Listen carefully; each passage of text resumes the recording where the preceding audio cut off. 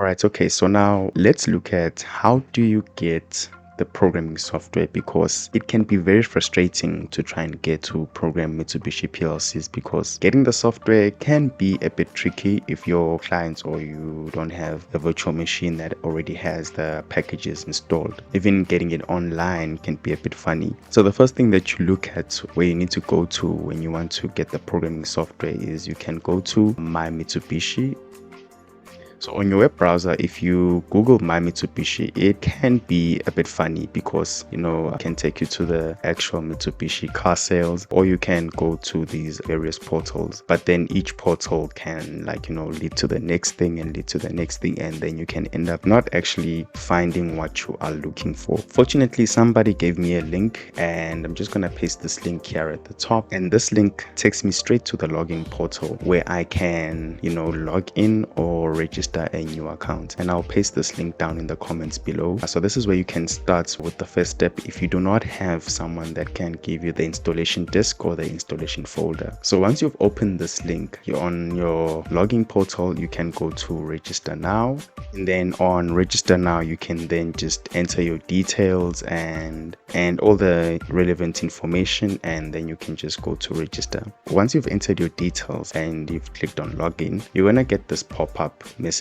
right here. So what you want to do is on this one you can just click no, and then you should be good. So this is the My Mitsubishi platform, and this is specialized for Mitsubishi electric equipments, including PLCs, and this is where you can get various support. It is quite a very nice platform. So if you click on controllers, and then it gives you all the information on various controllers of Mitsubishi, but we want to download the programming software. So if we are looking for a certain programming software, so in this case we are looking for GXWorks 2 or GXWorks 3 or GXWorks Developer, and we are going to be looking for GXWorks 2. So what you can do is you can go up here at the top on the search, and then you can type GXWorks. Already on the search it gives you the different categories, so you could either be under downloads or products. On downloads, say show all results, and then on the results panel it shows you the different downloads that you can have. On the left hand side, this plane gives you a very nice filtering tool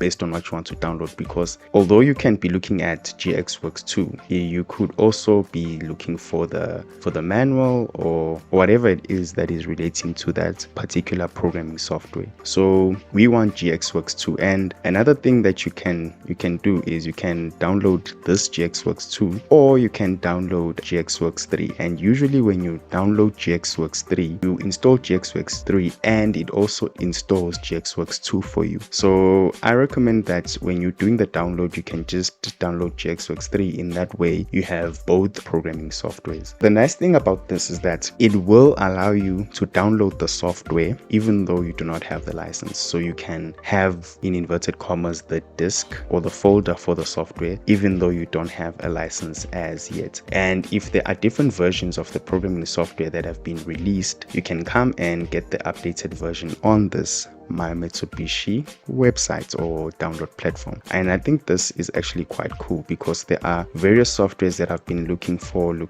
different installation disks from different people, and I couldn't find it. So this is a very excellent platform in my opinion. It has gotten me out of some very difficult situations. So for example, you're gonna click on GXWorks 3 to download that, and then just gonna go down again and then just click GXWorks 3. This is the latest version.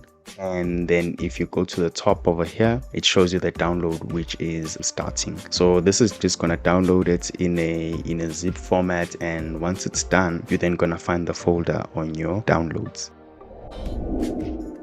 Okay, all right, so then the software has finished downloading, and once it has finished downloading, you can find it on your downloads. It is this zipped folder that is located here, as you can see. And what you want to do is you just want to extract that folder, and I'm just gonna extract it here locally, and it's running the extract.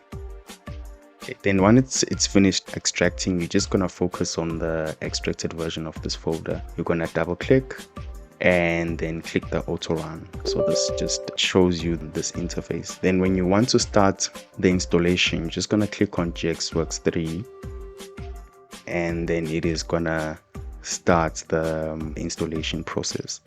So obviously I already have the package installed on my engineering workstation, so things like this will pop up. But if you're installing it for the first time, most likely you're not gonna get a window like this. But I'll just say okay, and as you can see here, we are installing GXWorks 3, but then it also gives us other tools that comes with this installation package. So you can go on next, you can select which one that you want to install. If you're not interested in GXWorks 2, you can untick it, but now you can just leave it as tick and you can just go next, and then there'll be more stuff that is going to come in as far as installation is concerned. So if you continue with the installation process, which I'm not going to continue at this point, you're going to find a section where you need to input your license information. Like as I said before, it allows you to download the disk, but you're going to need the license or the product key to continue with the installation. And in that section, you're going to enter your license details, and then the installation will just continue. So once the installation has been completed successfully, you're then going to have all the related packages that came with this installation disk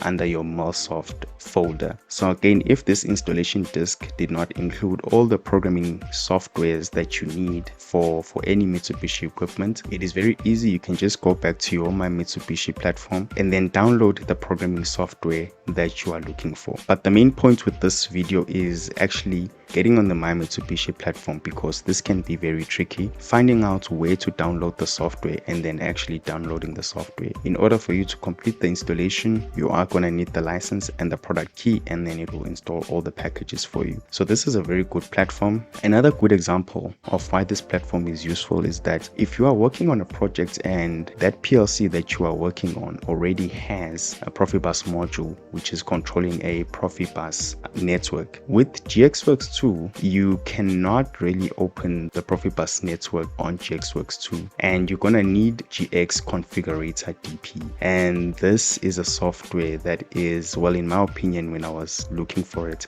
I found it very difficult to find, and I did not know where to download it. Even when I went on the other Mitsubishi websites, it shows me the software, but it becomes very difficult to download it. And this is one of the places where you can get it and then you can install it. So if you are working on PLCs that have Profibus networks, which is more common than I thought it would be, this configurator tool is very useful, because if you want to make any edits on that Profibus network, or you want to add slaves, or you want to back up the whole PLC and back up the Profibus image, you can only do it if you have GX Configurator DP installed. So that's just another Easter egg with this My Mitsubishi platform. But the main point is that this is the platform where you can download the programming software. It is very useful, and I will put the link in the comments below.